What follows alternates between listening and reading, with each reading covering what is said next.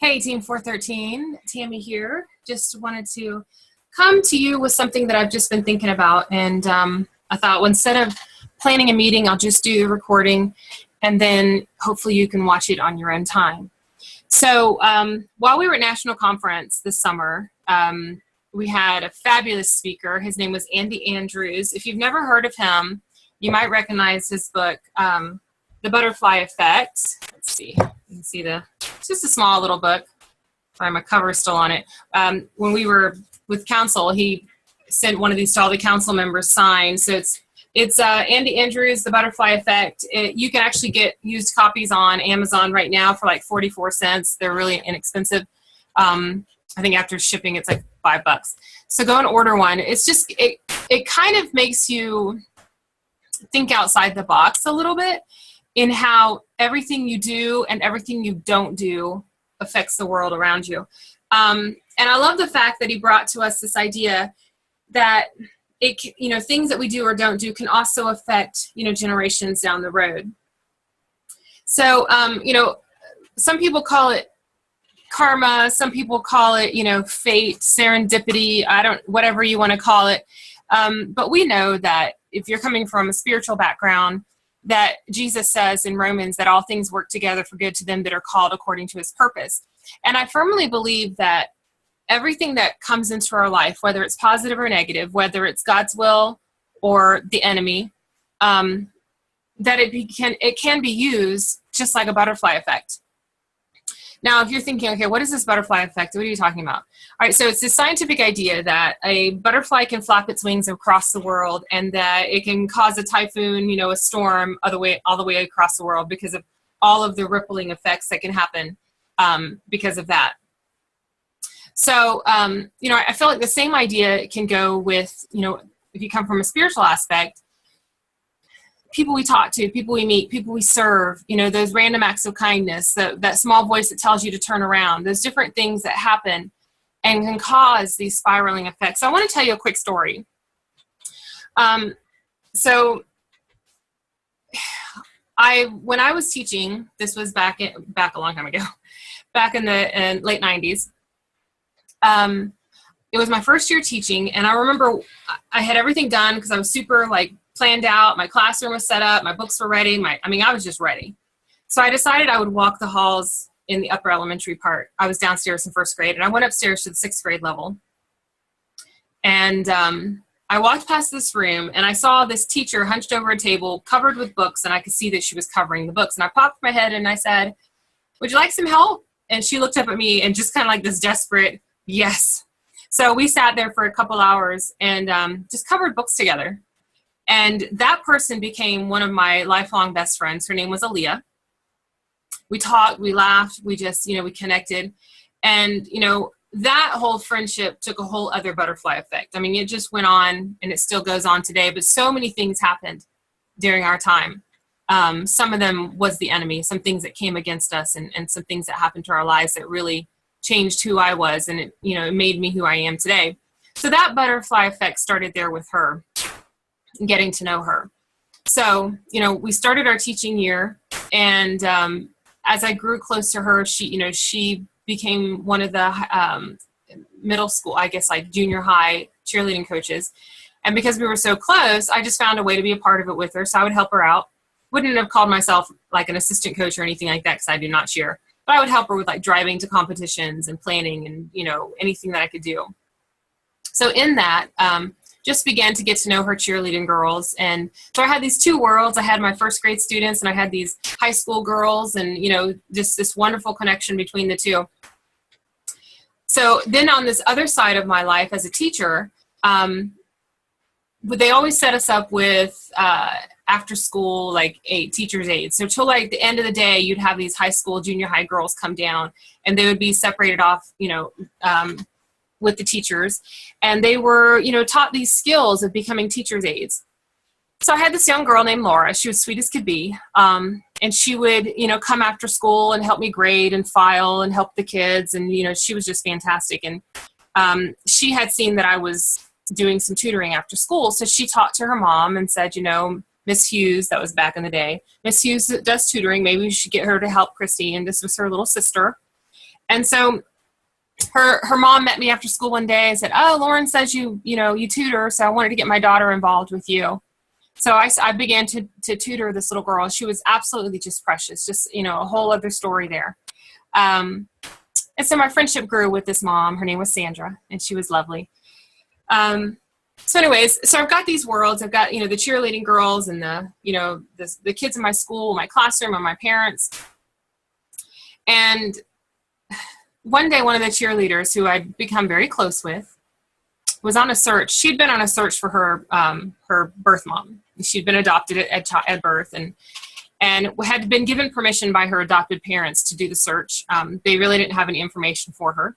The adoption was closed, and she had, I think, an adoption agency name, and that's about it. So she had been given a time frame by her parents that they could search, and the time was up, and her parents didn't want her stressing over it anymore. So she came into my classroom, and I had Laura in the corner and this young lady at my desk, and we began to talk, and she was crying and frustrated and just really wanted to meet her birth mom, wanted to know her story, why she gave her up, and just needed to know more. There was something inside of her that needed to know. And so, we talked and cried and just, kind of just, okay, God, it's in your hands. Didn't think anything about it. So that night I get a phone call. It's my friend Sandra, Laura's mom. She said, "Tammy, I need to talk to you about something." I said, "Sure, what's up?" And she said, "It's going to sound crazy, but let me tell you a story." She said, "When I was 16 years old, I got pregnant. And my parents were very much against me keeping the baby. They didn't believe in abortion, and just knew that I had to give this baby up for adoption. So I lived in another city. She told me the city's name. She said, we decided to make it a closed adoption, so I wouldn't know. And that was that. So I had the baby. She was adopted. I knew the adoption agency. That's all I knew. And I knew the city. So she said, "Tammy, this young lady that Laura was telling me about," she said, "Mom, it's so sad. I can't imagine not knowing who my mom is. I can't imagine what this girl is going through." She said, is this girl's name?" And she said her name. I said, "Yes, it is." And she said, "Okay, I think you're going to think I'm crazy. But every time I see this girl up at the high school, I sit and I stare at her and I say, that child could be my daughter." And she goes, "And I'm just thinking in my gut, is this child my daughter?" And I'm thinking, "Sandra, no. Different city, closed adoption. There's no way in this world that your child ended up at the same school as your family." So we began to talk and compare notes, what I knew from this other girl, what Sandra knew about the baby that she gave up. And it started to line up, and we began to think this might actually be it. So I told Sandra, I said, "Sandra, I got to get off the phone. Let me call her mom. Let me talk to her for a minute, because we can't start something like this. We can't get this stirred up if this is not true." So I called this young lady's mom, the adopted mom. We began to talk and compare her notes. And she said, "Tammy, I think this is her mom." So we compared just a couple of specific names, doctors, birth dates, those sort of things. And really we came to the conclusion that this was her birth mom. So 3 hours after this phone call, the young lady who sat at my desk not the day before crying said, "I got to meet her now. I got to meet her right now." So we met at an Applebee's at midnight. And I think it was the most amazing moment of my life to sit there and see my two worlds come together. This young lady that I've been mentoring, this other mom that I had gotten to know through her daughter, this cheerleader that I had gotten to know through my best friend, and seeing how this intersection was happening and just standing in awe saying, wow. And you can say, well, where's the butterfly effect?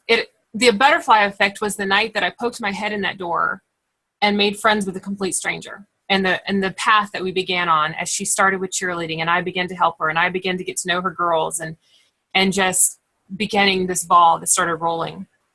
I'm telling you all of this because I feel like every part of our life has a butterfly effect. And whether it's huge, whether it's small, whether it's bad, whether it's good, there's a butterfly effect. And if you haven't read this, I want you to read it because it puts intention on every step you make throughout your day. Whether you angrily cut off that lady at the stoplight, or you ignore the man at the corner holding up a sign, or you give a smile to the cashier who's just really being rude. You never know what the butterfly effect is going to be that day. Maybe you cheer up that cashier who goes home, who makes peace with her teenage daughter, who then decides not to commit suicide. You have no idea how strong the butterfly effect is in our lives. I believe that God spun it into motion when he created the earth. I believe he knew from the beginning that we as human beings would have this ability to affect each other on a daily basis. And I want you to take this into your business, because some of the best butterfly effects I've ever experienced have not been at a $1,300 party, have not been on a month where I have 4 recruits. It's been in just a simple conversation that I had with a customer who was having a really rotten day. And I'll tell you, one of my favorite days was at a party. This lady orders a bunch of stuff. It was a good size order. The next day, I get a message from her saying, I need you to call me before you place that order. So I'm like, okay. So I give her a call, and she's very, very upset on the phone. She's like, my husband was irate when I got home. He didn't want me spending any money. I have to cancel the whole thing. I'm super embarrassed. I mean, she was humiliated. She was actually crying on the phone. No problem, honey. It's no big deal. Don't worry about it. So we hung up. I just felt in my gut something was wrong. I mean, the sound in her voice, I could tell there was an issue. So I wrote her a note of encouragement, telling her that woman to woman, I found her brave, and that no matter what her husband's reasons were, to honor him that way, even though it caused her such embarrassment, but to honor him and to not speak ill of him. She had no bad words to say. To me, it was a testimony of what a true Proverbs 31 woman was, and that I was honored to know her as her 31 consultant. So I went over to her apartment, and I left a little, I think it was a key fob or something small in the note, and I left it on her door. That was it. So that night, late, I get a phone call from her, and she's crying. And she said that her husband and her were just at a place that was tough, and that was the most embarrassing phone call she'd ever had to make. And then she went to work that day and had one bad thing after another happen, and just was feeling at the lowest point of her life she had felt in a very, very long time. And she said, so when she got to her door that night and saw the note and saw the gift, that it completely turned around her day, to a day that she was feeling depression, and on a day that she was feeling hopeless.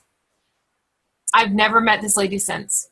I have never had her buy anything since. But I tell you what, to me, I feel like that was my moment to be a butterfly effect in her life. I have no idea what happens. It's not my story. It's not my ending. I don't have to know the end. I just have to know that I did what I was supposed to do. And so, guys, I just want to encourage you in your business, as you're looking to book those parties and find those recruits and have those fantastic sales. I also want you to look past that and go into the story of people's lives. And if just once a month you connect with someone and become a butterfly effect in their life, then that's how this business is going to change your life as well. So I hope that encourages you today. I thank you so much for listening if you're here at the end. And just want you to make sure that you're getting to know about our nationwide Children's Hospital campaign. So if you just go there on 31today.com under the scoop and look up 31 Gives, you can see how we're hoping to make a butterfly effect on young girls' lives across America. So love you, ladies, and would love to hear your comments, and I just appreciate everything you do.